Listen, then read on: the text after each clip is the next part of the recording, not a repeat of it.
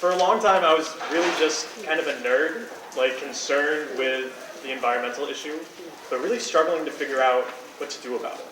And I think a lot of us struggle to figure out what can we do. We know a lot, and we know things kind of suck. What can we do? So when I came to the climate movement a little bit, I learned that the past environmental talk was, really sciencey, really wonky, right? It was inaccessible. It's hard for people to understand. And I personally got stuck in that trap. Right? I learned a lot about science, but it didn't make me feel any better. And I knew what the problem was, but I still felt like shit. And once I started getting involved in organizing and learning that I was actually capable of making a change, when I started organizing with Sunrise, it changed everything for me. It changed how I thought about the world, and it changed how I thought about how change is made in the world. And in Sunrise, we tell our stories, right? This is our big tactic. Through telling our stories, we see these crises, the environmental crisis, as it is. It's complex. It's not scientifically complex, but socially complex, right? It's personally complex. The way it affects all of us is different, and it's nuanced, and it hurts in different ways for all of us. And we see ourselves in the climate crisis, and its influence, its bidirectional influence on us and our influence on it. We see our own struggles reflected in this crisis. It's a symptom, right, of these deep underlying issues that we've talked about today and that we talk about when we meet each other from different movements. And now it's starting to become, much more commonplace, right, to say that climate change is truly an intersectional issue. It lies at the intersection of so many other things. And some of the intersections we talk about are environmental justice. We know we need environmental justice. We know we need racial justice. We know we need class justice. We know we need recognition of the rights of indigenous people who have been ignored for so long. But there are some stories, especially here in the US, that we don't often hear. Stories that give enormous weight and emotion to the intersections that we very rarely talk about. And some of these stories are the intersections between climate change and efforts towards peace. We don't talk about it that much. So on the surface level, let's talk about it. What do climate and peace have to do with each other? So from Nita Crawford in her paper through the Watson Institute at Brown, very easy thing to identify, and I quote, "The DoD is the world's largest institutional user of petroleum and correspondingly the single largest producer of greenhouse gases in the world." It's fucked up, right? From 2001 to 2017, 766 million metric tons of carbon dioxide from all military operations. That is a lot. It is more than countries, more than other countries on this planet. The US has also committed or contributed to atrocities all around the world in order to secure fossil fuels and keep fuel cheap for us so we can continue to use it. Those who lob the questions of, when we talk about, I fight for the Green New Deal, right? Week after week, month after month. When those questions are lobbed at us of how do you pay for the Green New Deal, often we fail to acknowledge the over $1 trillion combined budget of the DoD for 2020 and the over $1.3 trillion spent globally on fossil fuel subsidies. This is money that we can redirect, that we need to use for things like the climate crisis. And, I was just talking in the Green New Deal workshop. Bernie Sanders' proposed Green New Deal plan would cost something like, I think it's 16.3 trillion dollars over 15 years. That's just over $1 trillion per year for an incredibly comprehensive strategy. And by those numbers that I cited, by how much we spend on military operations and all this bullshit, it is easily paid for. Easily paid for. But we get so distracted and these questions are so pervasive. More connections. Climate refugees will shake societies who are trying their hardest to ignore them thus far. We will not be able to ignore them. We think we have a refugee crisis now. It is going to get so much worse. And these are each real people whose lives are being, unalterably, very deeply changed. Whatever the word I was trying to say was. And even further, as the crisis worsens and we see scarcity of resources, it has the potential to cause tremendous conflict and war. We've already seen examples of this type of climate-induced violence in the Middle East. So from Craig Welch's National Geographic summary of the 2015 report on the impact of climate change on the Fertile Crescent by Colin Kelly at UC Santa Barbara and colleagues. This is just one quote from it. Water shortages in the Fertile Crescent in Syria, Iraq, Turkey killed livestock, drove up food prices, sickened children, and forced 1.5 million rural residents to the outskirts of Syria's jam-packed cities, just as the country was exploding with immigrants from the Iraq War. And that all these factors, combined with high unemployment and bad government, helped tip Syria into violence. These things will happen more and more. These issues are inextricably linked. We can't think of them as separate. We have to think of them as the same thing. And these surface level facts, there are a lot of them. I only cited a handful, but there is so much more. And they're there, and they're very important. But one of the things that I think we even more rarely think about is how are these connected at the deeper level?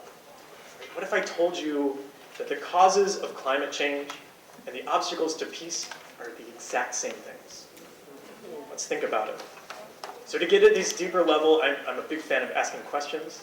Philosophers love to ask questions. Let's ask some questions that we rarely ask, right?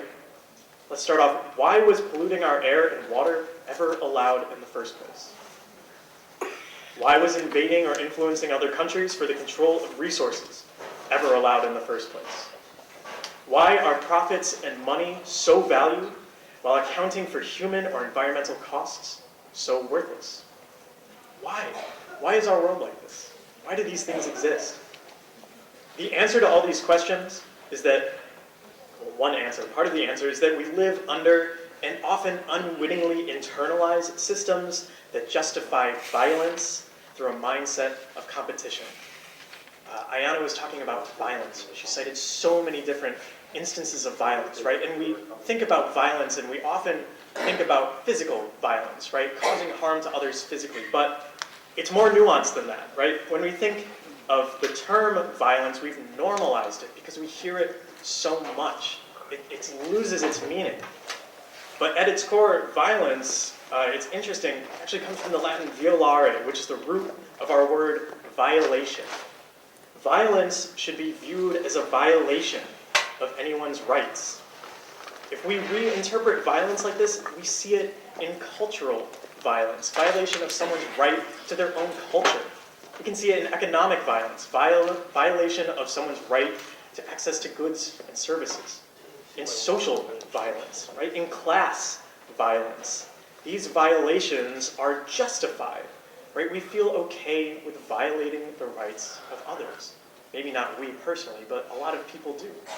Why is that? So why do we justify these things? We grow up competing all the time with each other, right? You name it, in school, in sports, in the family, because we've all internalized this notion that some have to win and some have to lose, right? It's easy to pick winners and losers when you take the complexities of life and boil them down to simple measures, right? Like grades in school, score in sports, or monetary value in life. And we trick ourselves into thinking that life is simple, but it's not. There's no necessity in so many instances for winners and losers. And often when some win, they're sacrificing something and losing elsewhere, and we don't even realize it. When we violate others' rights in order to win, when we pollute our environment in order to gain profits, when we murder, destroy, and destabilize in order to gain resources, we lose our humanity, and we're losing our home. So to return to our connection, when we think of the climate crisis and the peace effort in terms of violation, justified by competition, it becomes clear that these two seemingly unrelated things are in fact driven by the same underlying mentalities. It becomes clear that all these issues of that are intersectional with the climate crisis have roots in violence, and have roots in this justification that we all go throughout life, just internalizing, not even realizing that we're perpetuating all throughout our lives. And it begs the question, what can we possibly do? If all these things are caused by these deep, internalized, underlying values, what can we even do to try to address these things? If we're to hope to survive, we have to address these deep-seated issues. or we'll be destined to just add new existential crises over and over and over. And we have to push back against this notion of winners and losers, that some deserve to take and protect what they claim is theirs while others suffer.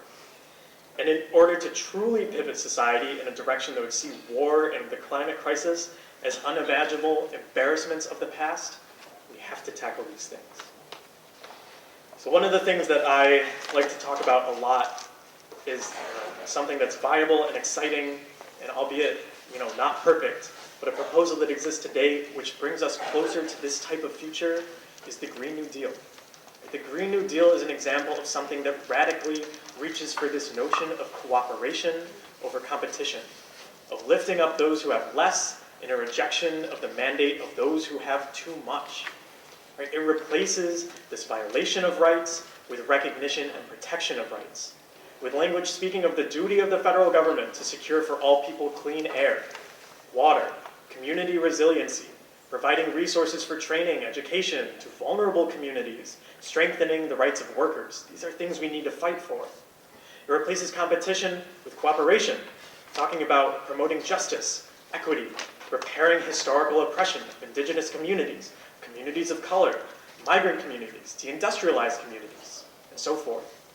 The Green New Deal aims to change the things that we consider feasible by showing that it is possible to collaborate, to guarantee rights, and for everyone to prosper. It deconstructs what has for so long been pushed as just the way things have to be. Right? And the Green New Deal and the climate crisis may have finally activated enough people, not purely enough, but so many more than we've seen in so long, particularly young people, to wake us up from our sleepwalking towards disaster and to say, we need to win, because we cannot afford to lose. And to win, we know we need to work with our communities who have been fighting for decades and know how to achieve power through struggle. To win, we need to organize. We need to listen, we need to learn, we need to act. Throughout so much of this day, we've learned so much and we've heard from so many people, and we need to take that knowledge and we need to act. It's so important to do something. And we all have the power to do something. Most of us truly have no idea how powerful we really are, because the way we're taught to imagine how the world works doesn't include that part. We all have the power to question preconceived notions. We all have the power to organize with those around us, with our friends, our family, our neighbors. We all have the power to speak up and to change the way we think about the world and our place in it. I can get up here and I can say all these things, and they can make sense. Maybe they don't make sense. But I don't have all the answers. And I can't do this myself, or just with my friends in Sunrise, or across movements, or the people I know. So I ask you to be continually critical. Think about these underlying causes of the tragedies and see them as very similar. And just begin to work to organize and work to break down these internalized mentalities that we often don't recognize. And it's hard because we have to be brave, and we have to work hard, but we know we need to do it. And the more we talk about climate, peace, racism, class inequality is more and more inextricably linked through these notions that we consider justifiable, the more likely we're able to address the deep causes and finally end these cycles of violence and bring about a just future for all.